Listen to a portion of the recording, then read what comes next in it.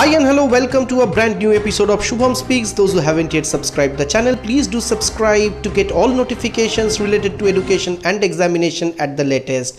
One more request, please like my Facebook page Subham Sir to stay connected.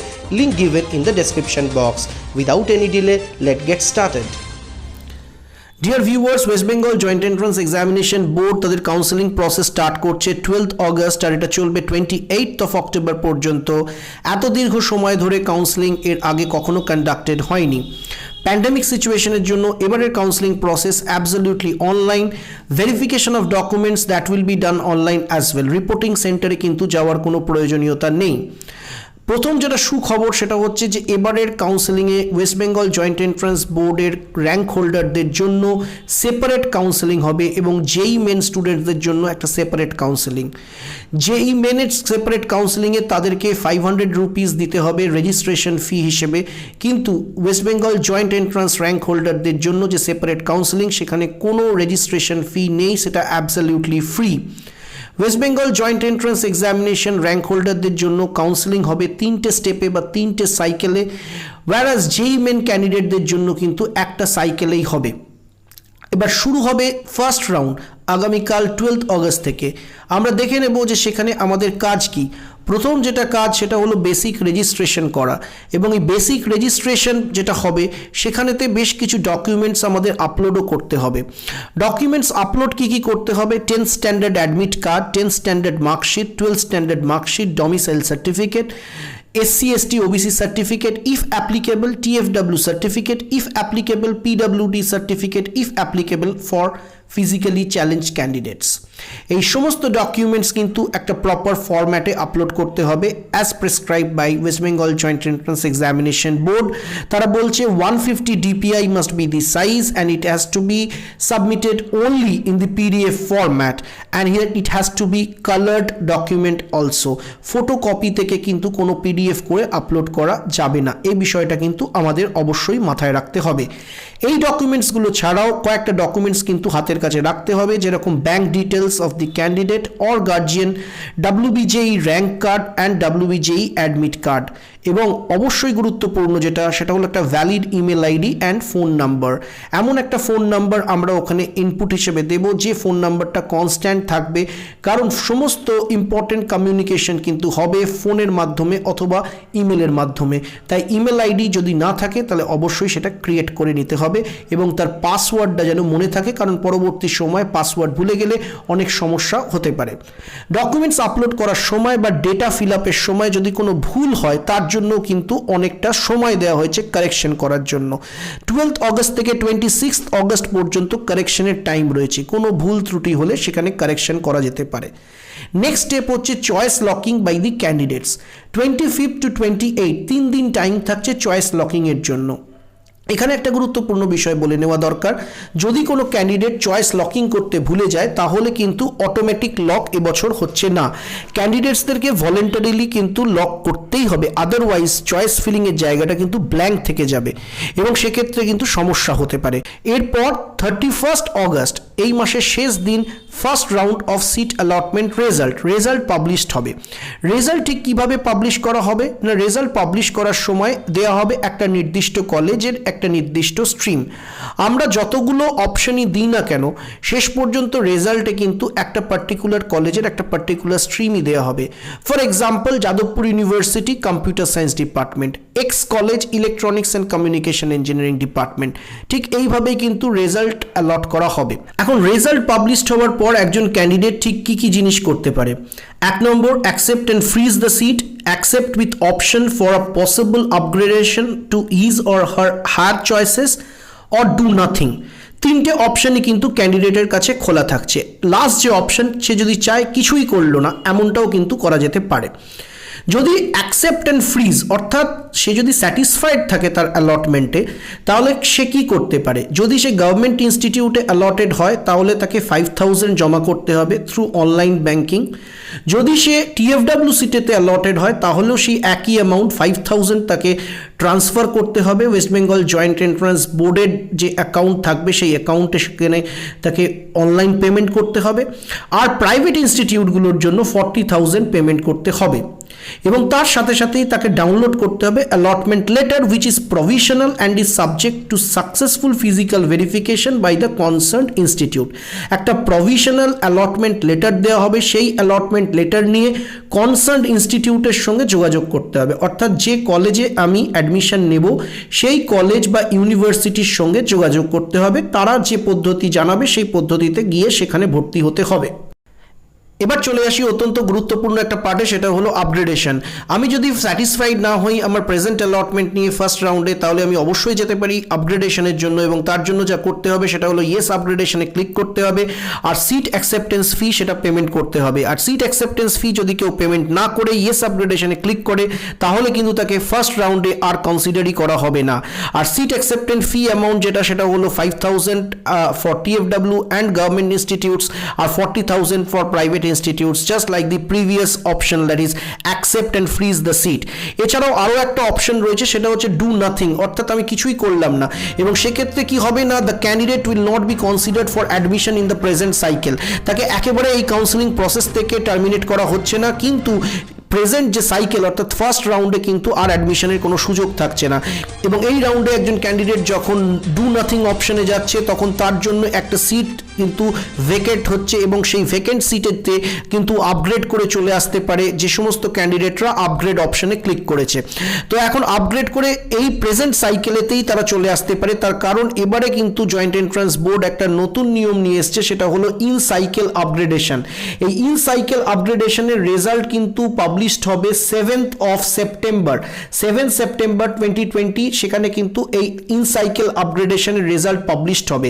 In cycle আপগ্রেডেশনের জন্য ক্যান্ডিডেটদের কিছু করতে হবে না, ক্যান্ডিডেটদের এখানে কোনো করণীয় কাজ নেই, তারা শুধু দেখবে যে তাদের আপগ্রেড করে নতুন কোনো জায়গায় তাদেরকে জায়গা দেওয়া হয়েছে কিনা, বা নতুন কোনো কলেজ বা নতুন কোনো স্ট্রিম অ্যালট করেছে কিনা, এটা সিস্টেম তার নিজের মধ্যেই রিসাফল করবে, কারণ অনেক ক্যান্ডিডেট তারা আপগ্রেড করবে, অনেক ক্যান্ডিডেট সেখান থেকে ডু নাথিং অপশনে যাবে, এবং তার ফলে কিন্তু একটা পারমুটেশন কম্বিনেশন হবে, এবং যার জন্য নতুন করে আবার একটা অ্যালটমেন্ট আসবে, এবং সেটা কিন্তু রাউন্ড 1 এর মধ্যেই হবে। এবং রাউন্ড 1 এর মধ্যেই ইন সাইকেল আপগ্রেডেশন হওয়ার পর আবার সেই একই পদ্ধতি accept the seat or upgrade the seat, এবং তার জন্য যে সময়সীমা সেটা হচ্ছে 7th সেপ্টেম্বর থেকে 9th সেপ্টেম্বর পর্যন্ত। এবং এখানে জানিয়ে রাখা দরকার একটা বিষয় আপগ্রেডেশন নিয়ে, সেটা হচ্ছে যে when a candidate accepts the seat allotted to him or her and pays the requisite fee and opts for upgradation, his or her allotment may be upgraded within the cycle or in the next cycle। আমি যে কথাটা বললাম যে যদি কেউ upgrade করে তাহলে সে present সাইকেলেতেই অর্থাৎ ইন সাইকেল আপগ্রেডেশনের মাধ্যমে সে আপগ্রেডেড হতে পারে, অথবা সে পরের রাউন্ডে গিয়ে সে আপগ্রেডেশনে যেতে পারে। এবার আপগ্রেড যদি করা হয় তাহলে ক্যান্ডিডেটের হাতে কিন্তু দুটো অপশান থাকছে, এক accept and freeze the upgraded seat, the candidate accepts the seat and opts for no upgradation, এটা সে করতে পারে, অথবা আপগ্রেডেড সিটেতেও যদি সে স্যাটিসফাইড না হয় তাহলে সে আবার কিন্তু ক্লিক করতে পারে ইয়েস আপগ্রেডেশনে। যেসব ক্যান্ডিডেটরা আপগ্রেড করছে তাদের ব্যাপারে আরও একটা গুরুত্বপূর্ণ তথ্য দিয়ে রাখি যে আপগ্রেডেশন কিন্তু যে কোনো সময়ই করা যেতে পারে, অর্থাৎ ফার্স্ট রাউন্ডের প্রথম রেজাল্ট বেরোনোর পরেও আপগ্রেড করা যেতে পারে, কিংবা ইন সাইকেল আপগ্রেডেশনেতে সেটাতেও যদি কেউ স্যাটিসফাইড না হয় তারপরেও কিন্তু আবার আপগ্রেড করা যেতে পারে। কিন্তু আপগ্রেড করার পর পরবর্তী রাউন্ডে গিয়ে কিন্তু নতুন করে আবার চয়েস ফিলিং সেটা কিন্তু করা যাবে না। তো এই হচ্ছে একটা প্রসেস। তো আমরা যেটা বুঝছি সেটা হচ্ছে যে 9th of সেপ্টেম্বর সেখানে কিন্তু ফার্স্ট রাউন্ড অফ কাউন্সেলিং সেটা কিন্তু শেষ হয়ে যাচ্ছে। এরপর সেটা হচ্ছে সেকেন্ড রাউন্ড অফ কাউন্সেলিং, এবং সেটা শুরু হচ্ছে 11th of সেপ্টেম্বর আর চলবে 18th সেপ্টেম্বর পর্যন্ত। এখানে কারা কারা পার্টিসিপেট করতে পারে, West Bengal joint entrance board কি জানাচ্ছে? Number 1, those who did not get any allotment in the earlier cycle, such candidates need not re-register, they need not upload documents anew। এখানে কনসিডার করা হবে মূলত 5 ধরনের ক্যান্ডিডেটকে। প্রথম হচ্ছে যারা ফার্স্ট রাউন্ডে কোনো অ্যালটমেন্টই পায়নি, তাদের সেটা হতে পারে বেশি র্যাঙ্কের জন্য, বা তারা যেরকম চয়েস ফিলিং করেছে সেই চয়েস ফিলিংয়েতে কোনো রাউন্ড, তারা হয়তো এমন ক্যান্ডিডেট 20,000 র্যাঙ্ক পেয়েছে কিন্তু শুধুই গভর্নমেন্ট কলেজগুলো দিয়ে রেখেছে, এবং তারপর সে কোনো চয়েস দেওয়া হলো না বা অ্যালটমেন্ট পেলো না, তাকে কিন্তু আর নতুন করে এই রাউন্ডে রেজিস্টার করতে হবে না বা আপলোডও করতে হবে না ডকুমেন্টস, তাকে অটোমেটিক্যালি কিন্তু এখানেতে তাকে কনসিডার করা হবে এবং সেই সব ক্যান্ডিডেটদের কিন্তু প্রিভিয়াস রাউন্ডে আপগ্রেডেশনেরও কোনো সুযোগ নেই। তাই সেই সব ক্যান্ডিডেটদেরকে বলছি যারা ফার্স্ট রাউন্ডে কোনো রকম অ্যালটমেন্ট পাবে না তাদের কিন্তু ভয় খাওয়ার কোনো কারণ নেই, কারণ তাদেরকে কিন্তু সিস্টেম অটোমেটিক্যালি সেকেন্ড রাউন্ডের জন্য কনসিডার করবে। এরপরে কারা থাকছে কনসিডারেশনের মধ্যে? Those who were allotted seats in the earlier cycle but did not accept or did nothing, such candidates need not re-register। তো এখানে একটা জিনিস দেখতে হবে যে আগের রাউন্ডে যে ক্যান্ডিডেটরা ডু নাথিং অপশনেতে ক্লিক করেছিল বা ডু নাথিং অপশনেতে তারা ভরসা রেখেছিল তাদেরকে আর নতুন করে রেজিস্টার করতে হবে না এবং তাদেরকেও কিন্তু ডকুমেন্টস আর নতুন করে আপলোড করার কোনো দরকার নেই। 3 নম্বর যেটা, candidates who accepted upgraded seats in the earlier cycle with option of further upgradation they need not upload documents anew. আবার এখানে যেটা হচ্ছে যে আগের যারা রাউন্ডে আপগ্রেডেশনে গেছে অর্থাৎ ইন সাইকেল আপগ্রেডেশনের পরেও যারা গেছে আপগ্রেডেশনে তাদেরকেও কিন্তু এখানে কনসিডার করা হবে, এখানে তাদেরকে নতুন করে আর ডকুমেন্টস আপলোড করতে হবে না। Number 4, the candidates who didn't get any allotment in the earlier circle as their documents were rejected based on screening, they need to upload the documents anew। এছাড়াও এমন ক্যান্ডিডেট হতে পারে যে ভালো র্যাঙ্ক বা যাই র্যাঙ্ক হোক না কেন তাদের ডকুমেন্টসে কিছু ডিসক্রিপেন্সি ছিল বা ডকুমেন্টসগুলো ইলিজিবল ছিল, তার জন্য যদি কারোর পার্টিসিপেশন রিজেক্টেড হয়ে যায় ফার্স্ট রাউন্ডে সেই সব ক্যান্ডিডেটদেরকে কিন্তু নতুন করে কনসিডার করা হবে সেকেন্ড রাউন্ডে, কিন্তু তাদেরকে আবার নতুন করে ডকুমেন্টস আপলোড করতে হবে এবং তারা যে রিজেক্টেড হয়েছে সেটা কিন্তু তারা জানতে পারবে যখন তারা ফার্স্ট রাউন্ডের রেজাল্ট দেখতে যাবে তাদের পোর্টালে গিয়ে, সেখানেই তারা দেখতে পাবে যে তাদেরকে রিজেক্ট করা হয়েছে বিকজ অফ ডকুমেন্টস। তো তাদেরকে অবশ্যই নতুন করে ডকুমেন্টস আপলোড করতে হবে। Number 5, those who did not register in the earlier cycles and makes fresh registration, they need to upload documents as usual। এবং last but not the least তাদেরকেও consider করা হবে যারা একেবারে নতুন রেজিস্ট্রেশন করবে, যারা আগের রাউন্ডে কোনো রকম রেজিস্ট্রেশনই করেনি তারাও কিন্তু এই রাউন্ডে নতুন করে রেজিস্ট্রেশন করতে পারে। ডকুমেন্ট ভেরিফিকেশন সম্পর্কে কি বলা হচ্ছে না, documents of group 4 and 5 will be verified by virtual reporting centre VRC। আগে আমরা জানতাম যে রিমোট সেন্টার, সেটাকে এবারে বলা হচ্ছে যে ভার্চুয়াল রিপোর্টিং সেন্টার। সেই ভার্চুয়াল রিপোর্টিং সেন্টারে ডকুমেন্টসগুলো আপলোডেড ডকুমেন্টসগুলোর স্ক্রুটিনি করা হচ্ছে।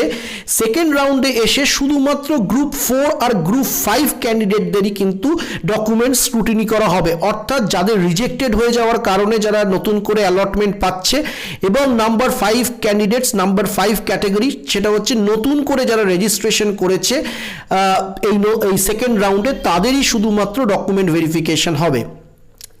Point number B, choice filling, choice locking, allotment, acceptance and upgradation process is same as in the earlier cycle. All candidates can input or revise his or her choice except group 3 above।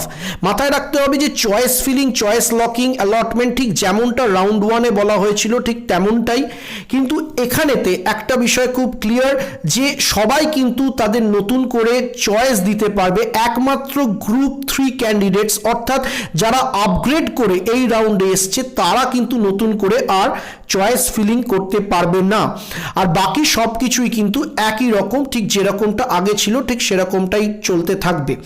এবং এই যে second রাউন্ডের যে correction process, second রাউন্ডের রেজিস্ট্রেশনে data ফিলিংয়ের সময় যদি কোনো ভুল হয় তাতে কারেকশন করার জন্য যথেষ্ট টাইম দেওয়া হয়েছে 11 তারিখ থেকে 19 তারিখ সেপ্টেম্বর মাসের, এবং লকিংয়ের জন্য টাইম দেওয়া হয়েছে 18th সেপ্টেম্বর থেকে 21st অফ সেপ্টেম্বর পর্যন্ত, আর সেকেন্ড রাউন্ডের রেজাল্ট বেরোবে 24th অফ সেপ্টেম্বর। সেখানে কিন্তু সেকেন্ড রাউন্ডের যে রেজাল্ট সেটা বেরোচ্ছে 24th অফ সেপ্টেম্বর, আর সিট অ্যাকসেপ্টেন্স ফি বা আপগ্রেডেশন ফি সেটা জমা নেওয়ার তারিখ যেটা দেওয়া হয়েছে সেটা হচ্ছে 24th September to 30th September. আর ইন সাইকেল আপগ্রেডেশন যেটা আছে, ইন সাইকেল আপগ্রেডেশন যেটা ফার্স্ট রাউন্ডেও হবে সেকেন্ড রাউন্ডেও ঠিক একইভাবে ইন সাইকেল আপগ্রেডেশন, সেটাও কিন্তু 1st অক্টোবর 2020। তো এই হচ্ছে বেসিক রুল এবং এই রুল মেনেই কিন্তু থার্ড রাউন্ডও কিন্তু কন্ডাক্টেড হবে। এই ছিল আজকের ভিডিও WBJE 2020 কাউন্সেলিং সম্পর্কিত গুরুত্বপূর্ণ তথ্য আলোচনা করলাম আজকের এই ভিডিওতে। Hope this video has been extremely informative and if you like this video kindly share this with your friends and do not forget to subscribe this channel. Thank you all for watching today's video.